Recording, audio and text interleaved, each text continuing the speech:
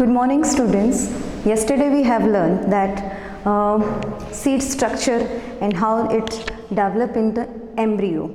Today I show you the embryo which is grown from that little white part which we soaked yesterday.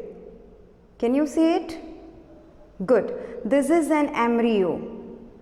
This baby plant, this is change after getting some necessary conditions, then after it's convert into the baby plant, and this baby plant is convert into the new plant.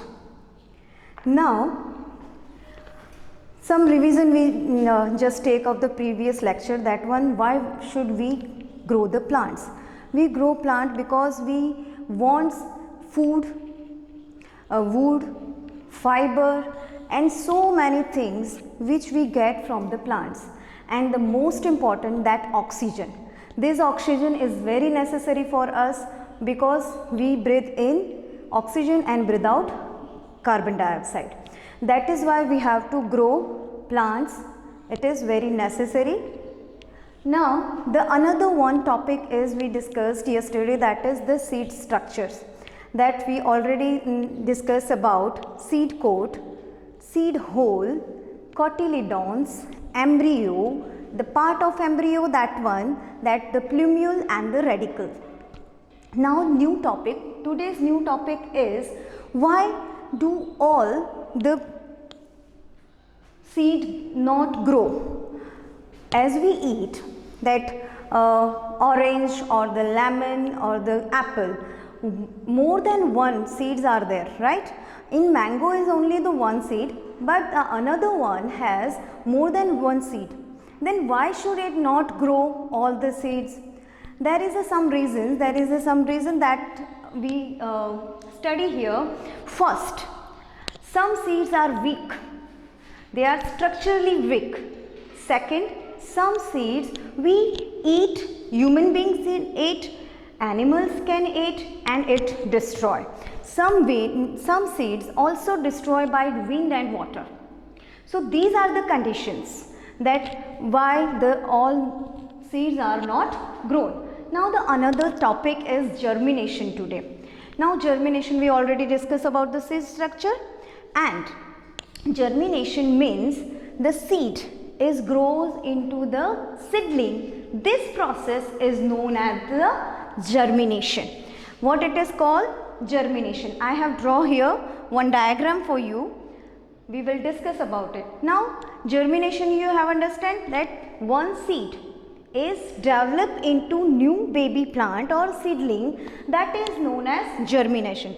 For this germination, three main conditions are important. First is warmth, which seed take from the sunlight. Second, water. Then the third is air. Now these three conditions, if some seed get all the three conditions are very necessary, then and then the seed grows into the seedling and from the plant. Now here I show the diagram here, that one seed I soaked here, I saw here under the earth, under the ground, the water is given by us, the warmth is provided by the sun. The warmth is provided by sun. Then it developed its embryo, which I show you earlier. Embryo, now two embryo parts, the radicle, it's grown into the root. This is root. Now this root develop in the very developed root. This is initially root. These are developed root.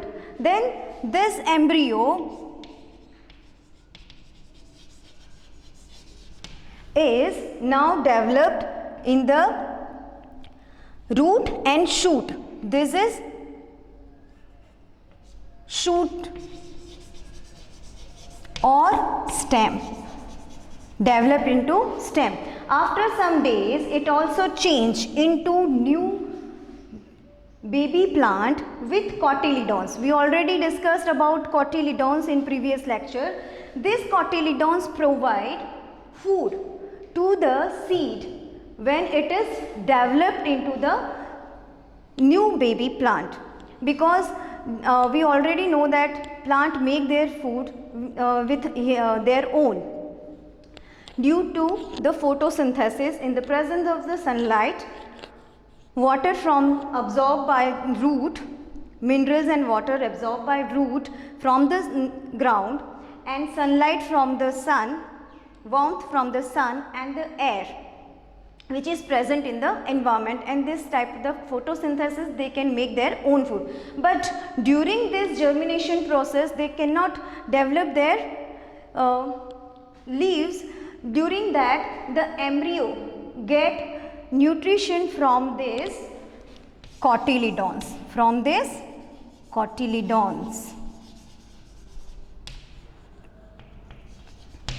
Now after this baby plant is grown, then after we can see this cotyledons is dry up, and to the new grown plant this cotyledons is removed from that condition and destroy itself and change into the new plant. This is the new developed plant. So this is about all the germination. Now students, you have to know and you must have to draw this diagram. This is the process of the germination. Yesterday lecture we already discussed about the structure of the seed. These both diagrams are very important. You have to draw it at home and label it.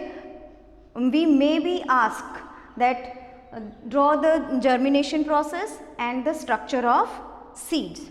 Now our new topic is seed dispersal. Our new topic is seed dispersal. Now what happens when we grow many seeds in one place?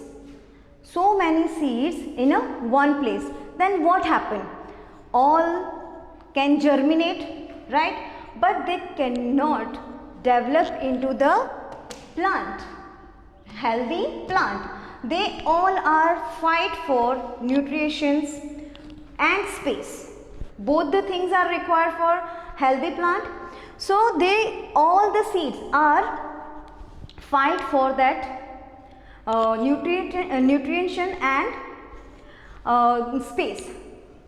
So that is why seed dispersal is necessary. Now what is seed dispersal? Now seed dispersal is that the process. The seeds are scattered or spread out away from the mother plant or the parent plant. जो plant है जिससे seed produce हुए हैं उससे कहीं दूर जाके दूसरी जगह seeds spread हो जाते हैं, उसको हम क्या कहेंगे? seed dispersal. Now this seed dispersal are through by some agent.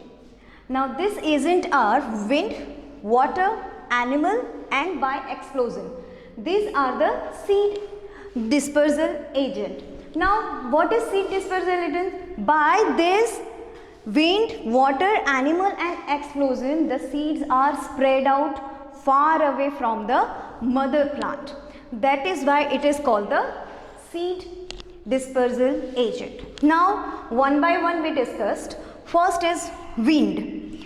Wind is a very good dispersal agent for those seeds which are light in a weight, which have hair-like structure. These are the some criteria of the seeds which are dispersal by the seed. What the criteria? They have light in a weight. Second, they have wings or the hair-like structure.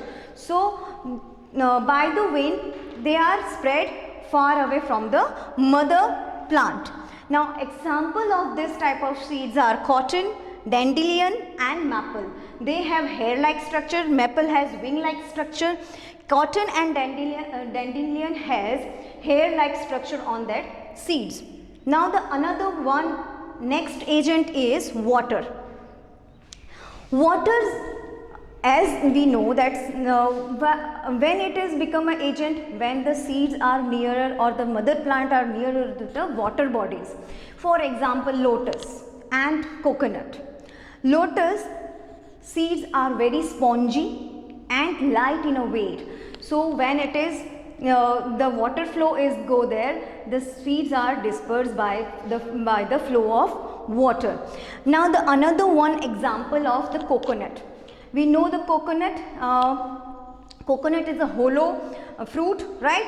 And outer cover of the this coconut has the fibrous roots. This fibers is light in a weight, and this fiber is help this coconut to float out on the water. Whenever the seeds of lotus and the coconut get the favorable condition of the germination, they can grow far away from their mother plant or the parent plant. Now the another one is animals. As we travel one place to another, we also eat the fruits, right? When we eat like jamun and berries, what we do? We eat it and throw the seeds away. So that is the way we disperse the seeds. Now the another way, animal like goat, dog, sheep, these are animals are grazing out in the open area, right? This open area, they eat something, and what happened that some seeds have hook-like structure, spine-like structure that attach to this animals like dog, sheep, goat. They have hair-like skin, that is fur. This they attach the hook, and the spine is attached to the skin of these animals, and whenever they goes, the seeds are go from away from that mother plant or the parent plant. Now example of this type of seeds are the cockbur and the datura. Now the another one important agent, that is explosion. Now what is explosion? Have you seen that peas or the green moong or the choli? You can see that cover like this. They are covered, peas like covered in this. The peas seeds are arranged. Whenever the evaporation is there or the sunlight is there, what will happen? The outer cover of this peas is dry up and burst into two parts, and the seeds undercover this peas. Seeds are undercover that are spread out from the mother plant. This type of explosion is happen in the peas, all type of beans, and they away from their mother plant. That's all for this lecture. We discuss more another topic in the next lecture. Thank you.